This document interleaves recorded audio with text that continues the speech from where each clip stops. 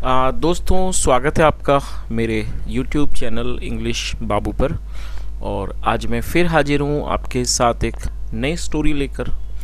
और दोस्तों, आज जो स्टोरी मैं आपके लिए लेकर आया हूँ ये एक मॉरल स्टोरी है। बहुत ही मज़ेदार, बहुत ही सुंदर कहानी है, सुनकर आपको बहुत मज़ा आएगा। उसके अलावा आज की इस स्टोरी में आपको कई सारे नए इंग्लिश के वर्ड मीनिंग सीखने को मिलेंगे, उनकी करेक्ट प्रोनाउंसिएशन के बारे में पता चलेगा।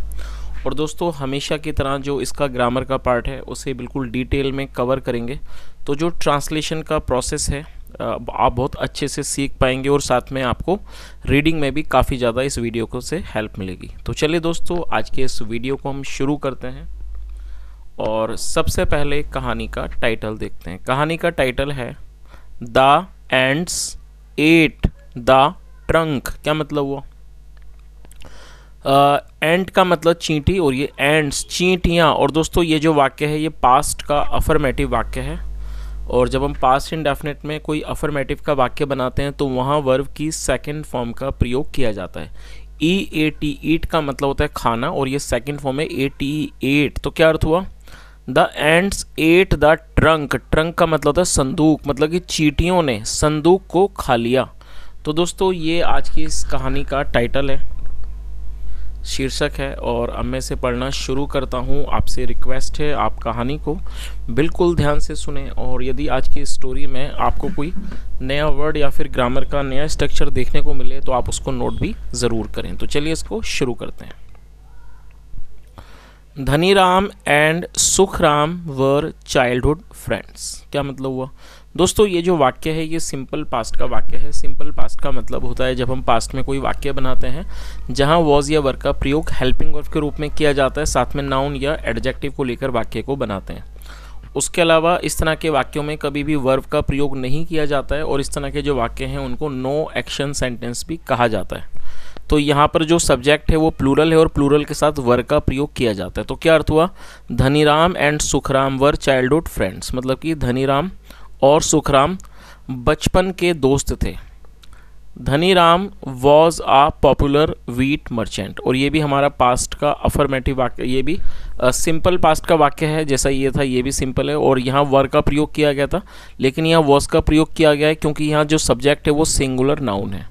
और व्हीट का मतलब होता है गेहूं, मर्चेंट मतलब व्यापारी। तो क्या अर्थ हुआ? Dhaniram was a popular wheat merchant, मतलब धनीराम एक मशहूर गेहूं व्यापारी था। A time came when he had to sell his own house to clear his debts. क्या अर्थ हुआ? दोस्तों, ये जो वाक्य है ये पास्ट का फोर्स्ड एक्शन सेंटेंस है। पास्ट फोर्स्ड एक्शन सेंटेंस का मतलब होता है जब हम पास्ट में कोई ऐसा वाक्य बनाते हैं जहां पर पास्ट की किसी मजबूरी या विवशता को दर्शाना चाहते हैं, तब हमें वहां हैड टू का यूज़ करना होता है, साथ में फर्स्ट फॉर्म लगानी होती है। SELL सेल का मतलब हो गया बेचना। तो इस लाइन का क्या अर्थ हुआ? अ टाइम के मतलब एक ऐसा समय आया जब he had to sell his own house, जब उसे अपना खुद का घर बेचना पड़ा। To clear his debt. और दोस्तों, ये जो वर्ड है आप इसे देख लीजिए, DEBTS। ये जो वर्ड है इसमें बी साइलेंट है तो हम इसको डेट पढ़ेंगे, डेट्स, ठीक है। और तो क्या अर्थ हुआ? A time came when he had to sell his own house to clear his debts, मतलब एक ऐसा समय आया जब उसे अपना खुद का घर बेचना पड़ा। टू क्लियर हिज डेट्स, अपने कर्ज को चुकाने के लिए, क्लियर करने के लिए अपने कर्ज को, अपने जो उसका कर्ज था उसको क्लियर करने के लिए उसे अपना घर बेचना पड़ा। सो इसलिए Dhaniram decided to go to another town to set up his business. और ये पास्ट का ही अफर्मेटिव वाक्य है जहाँ सेकंड फॉर्म का प्रयोग किया गया, साथ में एक और वर्ब को जोड़कर वाक्य को बनाया गया। तो क्या अर्थ हुआ? इसलिए जो धनीराम था decided to go to another town, उसने दूसरे शहर जाने का फैसला किया। To set up his business, अपने व्यापार को जमाने के लिए। He went to his friend Sukhram's house. और यहाँ सुखराम के बाद एपिस्ट्रोफी एस है जिसका मतलब होता है काकी के। जब हम किसी नाम या व्यक्ति के साथ कुछ जोड़ते हैं तो एपिस्ट्रोफी एस का यूज़ वहाँ किया जाता है। तो क्या अर्थ हुआ? He went to his friend Sukhram's house, मतलब वह अपने दोस्त सुखराम के घर गया। एंड सैड, और कहा, I am going to another town, मैं दूसरे शहर जा रहा हूँ। टू ट्राई माई लक, अपने भाग्य को आजमाने के लिए। आई वॉन्ट, मैं चाहता हूँ। You keep, I want you, मैं चाहता हूँ you to keep this steel trunk, मैं चाहता हूँ आप इस स्टील मतलब ये जो स्टील का जो ट्रंक है, संदूक है, उसे रखें, keep this steel trunk safe, सुरक्षित रखें फॉर मी, मेरे लिए। तो उसने क्या कहा कि मैं चाहता हूँ कि आप इस स्टील का ये जो संदूक है इसे मेरे लिए सुरक्षित रखें। I will take it when I come back. और दोस्तों यहाँ एपिस्ट्रोफी के बाद डबल एल, इसका मतलब विल होता है, और ये फ्यूचर का वाक्य है, फ्यूचर इंडेफिनिट का। तो क्या अर्थ हुआ, आई विल टेक इट, मैं इसे ले लूँगा, व्हेन आई कम बैक, जब मैं वापस आऊँगा। चलिए आगे देखिए।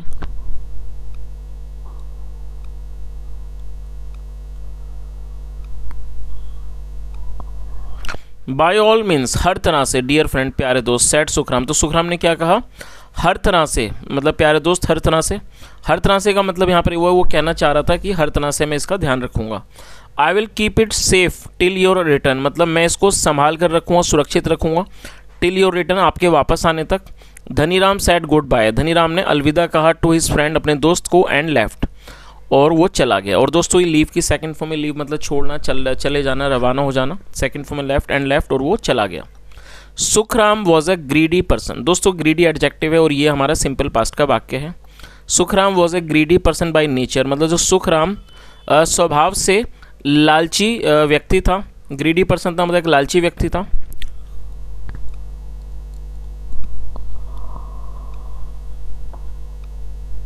और दोस्तों यहाँ पर आप इस चित्र को भी देख लीजिए कि ये जो व्यक्ति है अपने फ्रेंड को, ये जो संदूक है जिसके बारे में बात हो रही है स्टील का, ये इसने अपने दोस्त को दे दिया और ये जा रहा है। तो आप इमेज भी देख लीजिए, क्योंकि आप कई बार कमेंट में बोलते हैं सर आप इमेज भी दिखाई कीजिए। चलिए आगे देखते हैं। Within a few days, within मतलब अंदर, विदिन अ फ्यू डेज मतलब कुछ दिनों के अंदर, ही सोल्ड द ट्रंक, उसने संदूक को बेच दिया, टू अ स्टील डीलर, एक स्टील का जो डीलर था, व्यापारी था, उसने उसको संदूक को बेच दिया, एंड कैप्ड द मनी, और पैसों को रख लिया। इन द न्यू टाउन मतलब कि नए शहर में, धनीराम वर्कड हार्ड, और दोस्तों वर्क हार्ड का मतलब होता है मेहनत करना, आप इसे नोट कर लीजिए। और कई बार लोग हार्डवर्क यूज़ करते हैं जो कि एक नाउन है, तो जब आप इसे वर्ब के रूप में प्रयोग करेंगे तो आपको वर्क हार्ड का प्रयोग करना है। सेकंड फॉर्म में वर्कड हार्ड, और ये पास्ट का अफर्मेटिव वाक्य है। इन द न्यू टाउन नए शहर में, Dhaniram worked hard day and night, मतलब धनीराम ने दिन रात मेहनत की, कड़ी मेहनत की, एंड सून और जल्दी he became a successful wheat merchant again, फिर वो दोबारा से एक सफल गेहूं का व्यापारी बन गया, दोबारा से वो एक सफल गेहूं का व्यापारी बन गया। वन डे, एक दिन, हिज वाइफ सेड, उसकी पत्नी ने कहा, आई एम ग्लैड, ग्लैड का मतलब खुशी होना, आई एम ग्लैड मतलब मुझे खुशी है, you have earned a good name here too, और टू मतलब भी, और अर्न का मतलब कमाना, बनाना। तो उसने क्या कहा कि मुझे खुशी है कि आपने यहाँ पर भी अपना एक अच्छा नाम अर्जित कर लिया है, कमा लिया है, good name here too. Now अब, आई वॉन्ट मैं चाहती हूँ, टू गो बैक वापस जाना चाहती हूँ, एंड सेटल और बस जाना चाहती हूँ, इन आर ओल्ड टाउन अपने पुराने शहर में। तो उसकी पत्नी ने क्या कहा कि भाई ये बहुत मुझे खुशी है कि आपने बहुत अच्छा नाम यहाँ पर कमा लिया यहाँ पर भी, और अब मैं वापस चाहती हूँ कि वापस जाना चाहती हूँ और अपने पुराने शहर में सेटल होना चाहती हूँ, वहाँ पर मैं बसना चाहती हूँ। चलिए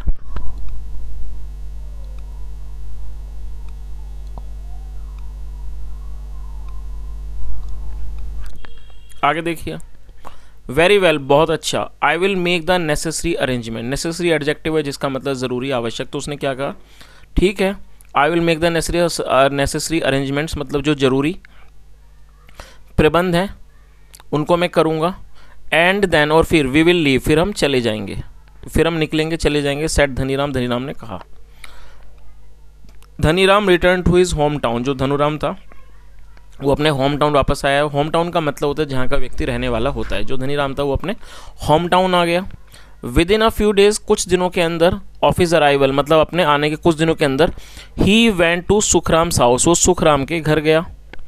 Sukhram was surprise to see Dhaniram, surprise का मतलब हैरान होना। जो सुखराम था वो धनीराम को देखकर हैरान हो गया।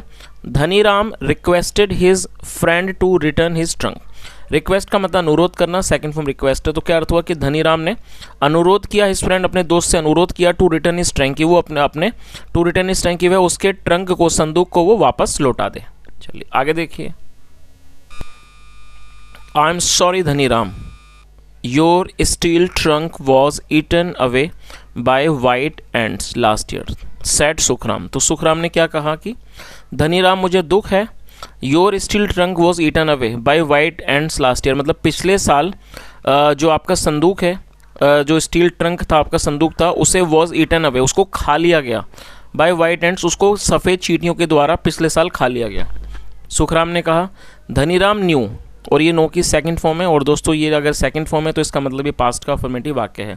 जो धनीराम था वो जानता था कि Sukhram was telling a lie, tell a lie, झूठ बोलना, कि जो सुखराम है वो झूठ बोल रहा है, but he did not say anything, लेकिन उसने कुछ भी नहीं कहा। और दोस्तों ये पास्ट इंडेफिनिट का नेगेटिव वाक्य है जहाँ डिड नॉट के साथ फर्स्ट फॉर्म का यूज़ किया जाता है। तो उसका क्या अर्थ हुआ पूरी लाइन का, कि जो सुखराम था वो जानता था, धनीराम जानता था कि सुखराम झूठ बोल रहा है, लेकिन उसने कुछ भी नहीं कहा। ही टोल्ड सुखराम, उसने सुखराम से कहा, टू सेंड हिज सन, की वो अपने बेटे को भेजे, टू अकम्पनाई हिम, उसके साथ अपने बेटे को भेजे, टू हिज हाउस, अपने घर, to carry back the gifts, मतलब कि उपहारों को वापस लाने के लिए, he had brought for him, जो वो उसके लिए लाया है। तो दोस्तों इस चीज़ से आप समझ ही गए होंगे कि उसने सुखराम को कहा कि भाई आप अपने बेटे को मेरे साथ भेजो, ताकि जो गिफ्ट मैं आपके लिए लेकर आया हूँ वो लाए जा सकें, ताकि उन्हें वापस लाया जा सके।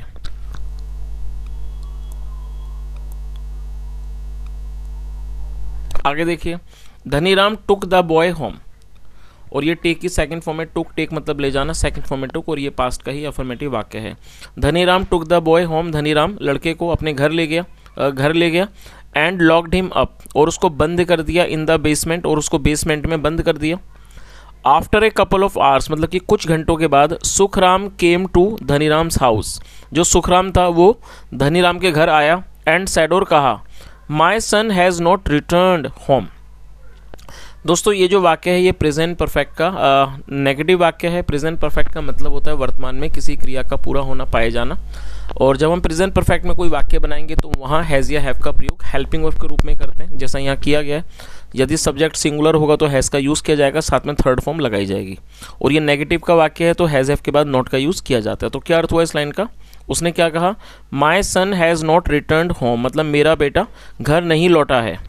आई have come to take him, और ये भी प्रेजेंट परफेक्ट का वाक्य है, I have come to take him, मैं उसे लेने आया हूँ। ओह, आई एम सो सॉरी, मतलब मुझे दुख है सुखराम।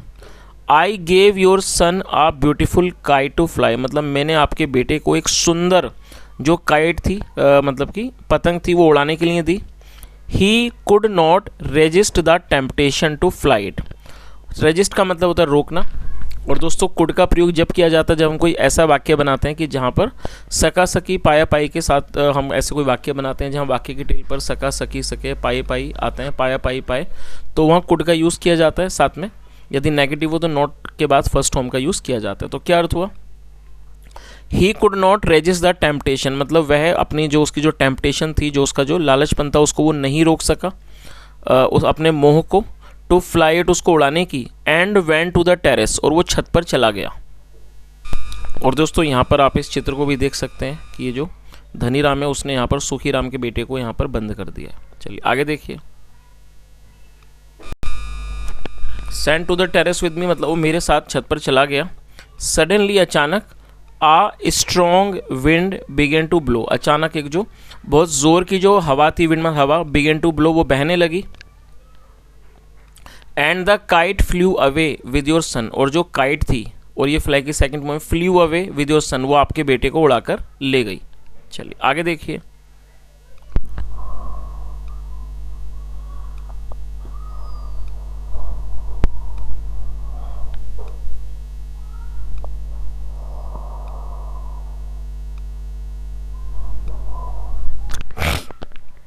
सैड धनीराम, धनीराम ने कहा, लायर शाउटेड सुखराम एंग्रीली, जो सुखराम था वो उसने चिल्लाया, शाउट मतलब चिल्लाना, वो एंग्रीली मतलब गुस्से से वो चिल्लाया कि लायर, झूठे। आई डोंट बिलीव यू, मतलब मुझे आप पर विश्वास नहीं है। I am going to lodge a complaint against you, मैं आपके खिलाफ एक कंप्लेंट, एक शिकायत दर्ज करने जा रहा हूँ। सैड सुखराम, सुखराम ने कहा, एंड लेफ्ट फॉर द जजेस कोर्ट, और वो जज का मतलब कि जज की अदालत के लिए वो निकल पड़ा, चला गया। आगे देखिए, द जज sent for Dhaniram who appeared in his court the next day and humbly narrated the entire episode. क्या अर्थ हुआ, और दोस्तों ये भी पास्ट का अफर्मेटिव वाक्य है जहाँ सेकंड फॉर्म का यूज़ किया गया। जो जज थे सेंट फॉर धनीराम, उन्होंने धनीराम को बुलवाया। हु अपीयर्ड, और दोस्तों हु एक रिलेटिव प्रोनाउन है, जब हम किसी का रेफरेंस देते हैं तो हु का यूज़ करते हैं। और अपीयर का मतलब होता है सामने आना, प्रकट होना, पेश होना। तो क्या अर्थ हुआ कि जो जज थे उन्होंने धनीराम को बुलवाया। हु अपीयर्ड, जो पेश हुआ, सामने आया, इन हिज कोर्ट, उनकी अदालत में पेश हुआ, द नेक्स्ट डे, अगले दिन। एंड हम्बली नरेटेड, और हम्बली का मतलब बड़ी विनम्रता से उसने नरेट किया, समझाया। द एंटायर एपिसोड, इस पूरी जो कहानी थी, कथा थी, उसको उसने समझाया। द जज वॉज ए क्लेवर मैन, जो जज थे वो चालाक आदमी थे। ही अंडरस्टूड, वो समझ गए। द एंटायर सिचुएशन, वो पूरी जो सिचुएशन थी, स्थिति थी, उसे वो समझ गए। ही ऑर्डर्ड धनीराम, उन्होंने धनीराम को आदेश दिया।